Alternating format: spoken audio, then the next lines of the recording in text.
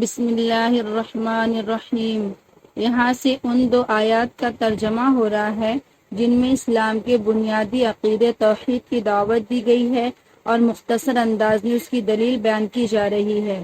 کیونکہ اہل عرب یہ مانتے تھے کہ ساری کائنات کو پیدا کرنا، زمین اور آسمان کی تخلیق اور آسمان سے بارش برسانا اور اس سے پیداوار اگانا، یہ سب کام اللہ رب العزت کے ہیں۔ ساتھ ہی ان کا عقیدہ یہ بھی تھا کہ اللہ رب العزت نے بہت سے کام بتوں کے سپرد کر رکھے ہیں،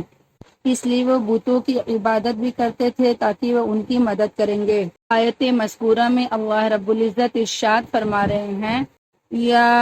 ایھا الناس اعبدوا ربکم الذی خلقکم والذین من قبلکم لعلکم تتقون۔ آیت کے شروع میں یا ایھا حرف ندا ہے جس کے معنی اے۔ یہ کلمہ مخاطب کے لیے یعنی پکارنے کے لیے استعمال ہوتا ہے۔ اس کے بعد آنے والا اسم منادا کہلاتا ہے۔ منادا کا اعراب پیش ہوتا ہے۔ اس طرح یا ایھا الناس کا ترجمہ ہوگا اے لوگو، اعبدو عبادت کرو، ربکم اپنے پروردگار کی، الذی جس نے، خلقکم تمہیں پیدا کیا، والذین اور وہ لوگ جو، من سے، قبلکم تم سب سے پہلے، لعلکم شاید کہ تم سب، تتقون پرہیزگار ہو جاؤ۔ آیت مذکورہ کا مکمل ترجمہ اس طرح ہوگا، اے لوگو بندگی کرو اپنے پروردگار کی جس نے تم کو پیدا کیا اور ان کو پیدا کیا جو تم سب سے پہلے تھے تاکہ تم پرہیزگار بن جاؤ۔ سورہ بقرہ کی ابتدائی 20 آیتوں میں ہدایت کے قبول کرنے اور نہ کرنے کے معیار پر کل انسانوں کی 3 گروہوں کا ذکر ہوا، جس میں اس طرف اشارہ ہے کہ انسانوں کی گروہی اور قومی تقسیم نسب اور وطن یا زبان کی بنیاد پر نہیں ہے، بلکہ اس کی صحیح تقسیم مذہب کی بنیاد پر ہے کہ اللہ رب العزت اور اس کی ہدایت کو ماننے والی ایک قوم اور نہ ماننے والی دوسری قوم ہوتے ہیں۔ سورہ بقرہ کی ابتدائی 20 آیتوں میں قرآنی ہدایات کو ماننے یا نہ ماننے کی بنیاد پر انسان کو 3 گروہوں میں تقسیم کر کے ہر ایک کا کچھ نہ کچھ حال بیان فرمایا گیا ہے۔ مذکورہ 21ویں اور 22ویں آیت میں ان تینوں گروہوں کو خطاب کر کے ایک دعوت پیش کی جا رہی ہے جس کے لیے قرآن کریم کا نزول ہوا کہ انسان مخلوق پرستی سے باز آ کر ایک خدا کی عبادت کی طرف لگ جائے۔ پہلی آیت میں یا ایھا الناس سے خطاب شروع ہوا۔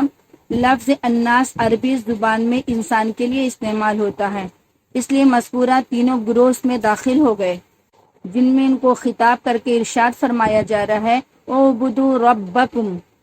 عبادت کے معنی ہے کہ اپنی پوری طاقت مکمل فرمانبرداری میں صرف کر کے خوف اور عظمت کے ساتھ نافرمانی سے دور رہے۔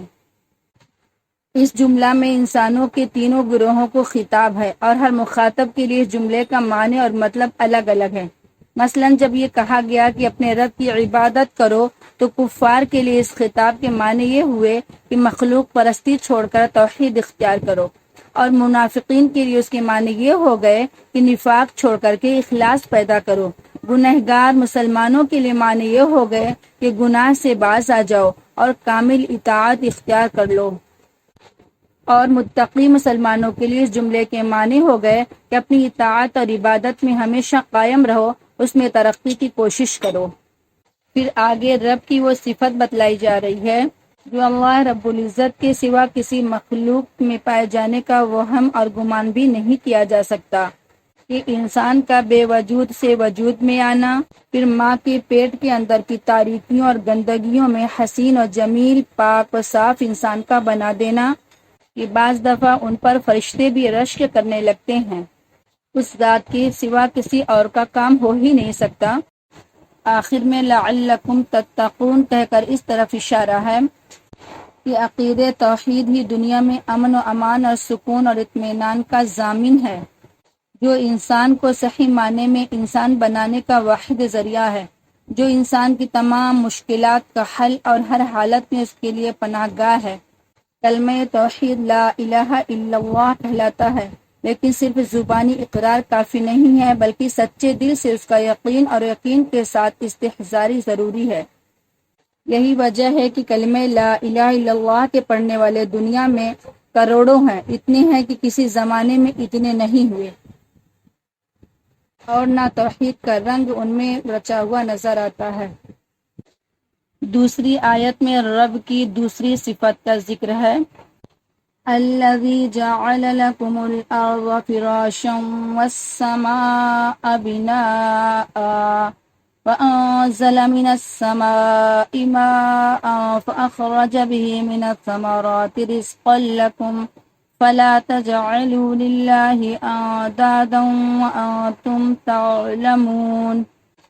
الگ الگ ترجمہ اس طرح ہوگا، الذی جعل جس نے بنایا، لکم تمہارے لیے، الارض زمین، فراشن فرش بچھونا، والسماء اور آسمان، بنا ان چھت، وانزل اور اتارا، من السماء آسمان سے، ما ان پانی، فاخرج پھر نکالے، بھی اس کے ذریعہ اس کے ساتھ، من سے، الثمرات پھل، رزقن رزق، لکم تمہارے لیے، فلا تجعلوا سو نہ ٹھہراؤ، للہ اللہ کے لیے، اندادن کوئی شریک، وانتم تعلمون اور تم جانتے ہو۔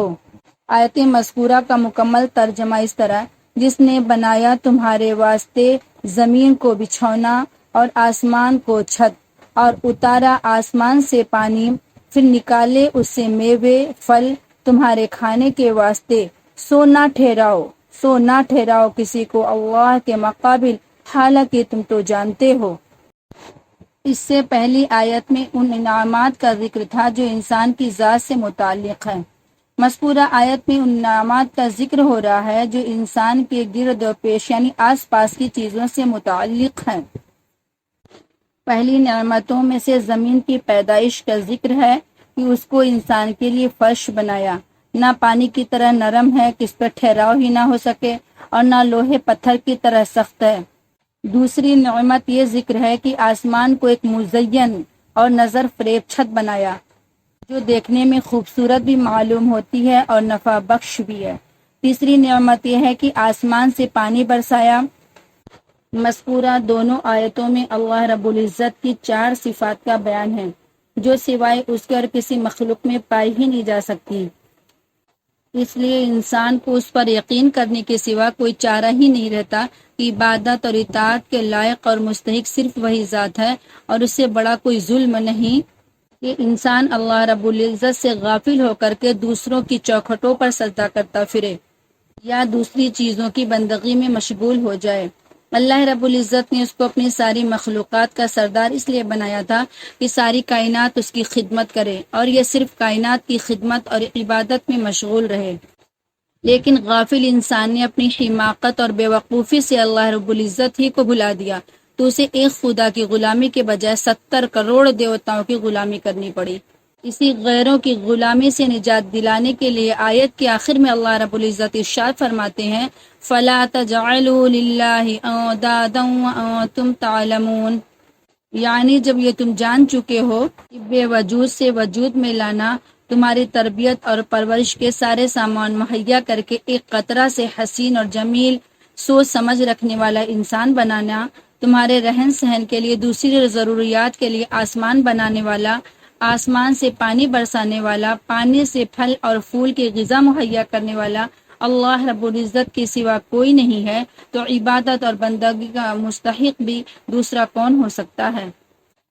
اس دنیا میں اس سے بڑھ کر کوئی ظلم اور بے وقوفی اور بے عقلی ہو ہی نہیں سکتی کہ انسان اللہ رب العزت کو چھوڑ کر کے دوسری مخلوق کی طرف اپنا دل لگائے اور اس پر بھروسہ کرے۔